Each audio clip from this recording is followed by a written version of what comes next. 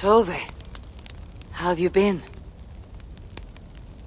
The fire made me think of the myths and legends Sven loved. Would you indulge me with a tale? I would be glad to hear of Svartalfheim. I would not tell it half as well, but his favorite was a fable, to remind us to find meaning in our deeds, and not in how others think of us. Svartalfheim was not short of legendary dwarven blacksmiths. Everyone has heard of Ivaldi, of Brucker, and Sindri. But this tale is of a stonemason. He lived as far south as he could, where Gulnamar meets Randvi. His workshop sat upon the shoreline. Obsessed with glory, his love of masonry had all but died. He scoured the shore, seeking precious stones washed up from other realms. Then he saw it. Something beautiful, glittering, shimmering across the water, upon an island he had never dared travel to. He hastily built a boat, working long into the night. He set sail and found many rocks that sparkled and dazzled upon the island. He cried out in joy. To craft anything from such stones, he would be remembered for all time. Then he felt a sudden sting on his foot. Then another, and another. His eyes adjusted to the dark. So consumed was he by his desire for renown, he failed to realize he had walked into a nest of snakes, until it was already too late. And so, clutching the stone that sealed his fate, there he died. Remembered, yes, but only for his folly. A fine tale, Tove, and well told. Sven would be proud.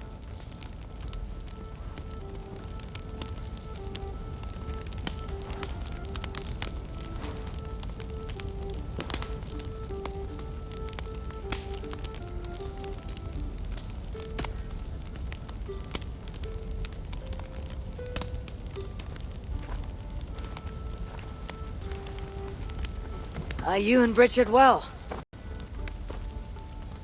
Of course. The flames soothe my mind, as do the tales told here. Do you have one to share, Gunnar? A legend of Svartalfheim. Aye, a story of a king who could not see the wood for the trees. Ragnarok, greatest of dwarven kings. Within his palace in Gulnamar, he wanted for nothing except an heir. Ragnarok and his wife had grown old. Perhaps too old. Late one night, consumed with worry, Ragnarok walked in the shadow of his vast mountaintop palace, tears in his eyes. "The great king! What ails you?" a voice said. Afraid, Ragnarok saw no one. "Who goes there?" he replied. Then he saw who addressed him.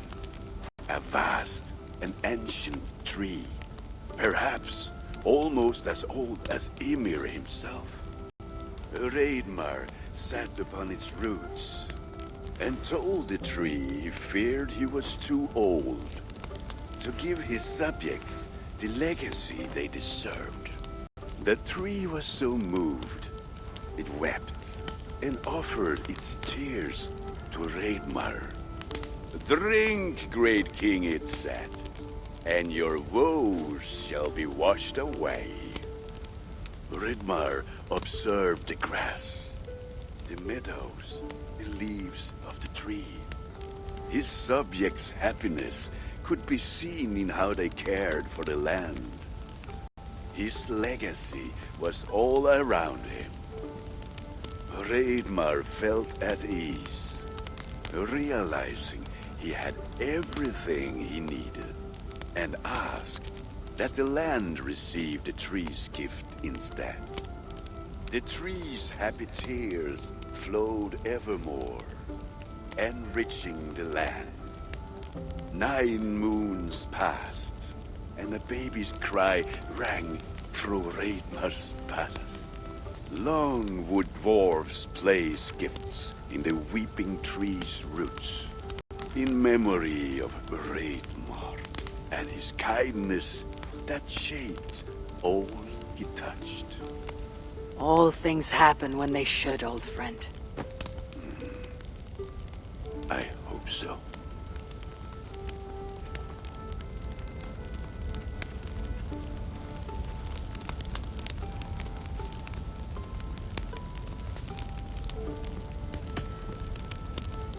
Eivor! Whatever is the matter? Have you been spending too much time drinking Valga's special sauces again? I am troubled by visions of Odin and of Svartalfheim. They flood my mind without warning, without invitation. Aha! Which is how Thor flooded Svartalfheim. Thor, fast to act, but not so fast to think, would stomp and thump and fight and bump everywhere he and Mjolnir should go.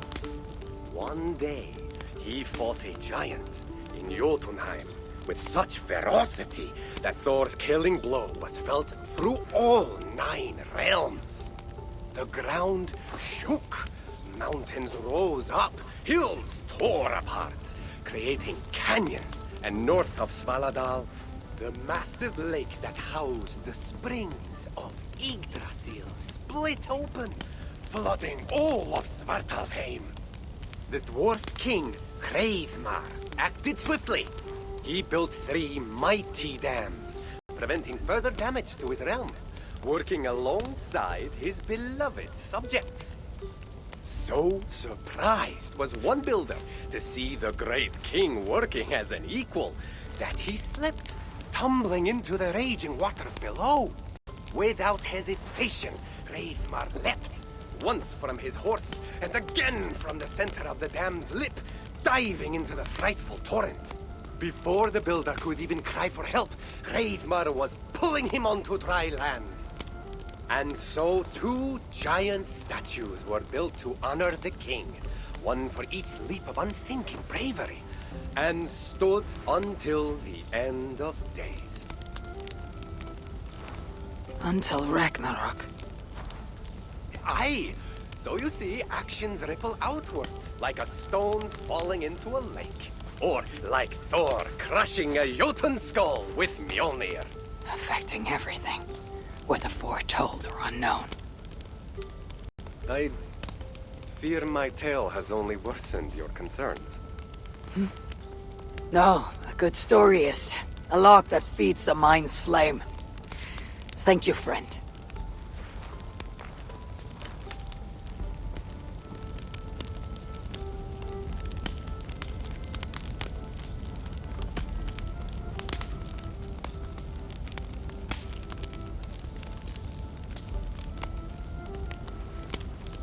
I hear you seek tales of Svartalfheim. You are not alone in your glimpses of the Aesir. You have seen them too. No. Only the power the visions hold, and their effect on those once held dear. You speak of Sigurd. Do you want my tale or not? There was a dwarven miner who cared only for his work. Mining was all he knew, all he wanted to know, and all he would ever know. One day, he heard a strange noise. All his long life, working in the northern mines of Vangring, he had never known a boulder to squeak. He ignored it at first, but as the hours passed, the squeaking continued relentlessly. When the miner could take no more, he split the boulder apart with his pick, and then he saw a squirrel. Until now, pinned by the boulder, afraid and tired, The freed squirrel climbed into the miner's long beard and slept for 3 days. When the dwarf awoke the next day, he found fruit and nuts waiting for him. A gift from the squirrel. The first the miner had ever received. Finally, the miner had a friend. The squirrel led the dwarf to a stone hill within a lake. There, the dwarf would fish for supper, while the squirrel played in the trees. One night, watching his fishing line, the dwarf drifted off to sleep, smiling, enjoying the happy squeaks of his friend above.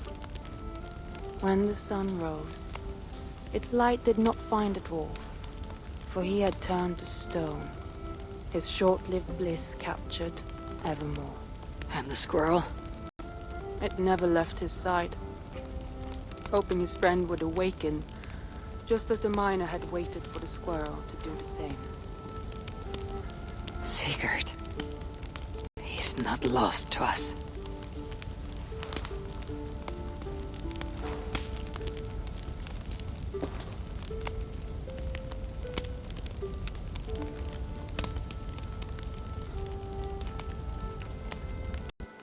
In every great story there is truth to be found. I wonder what could be found in Svartalfheim in the place they spoke of.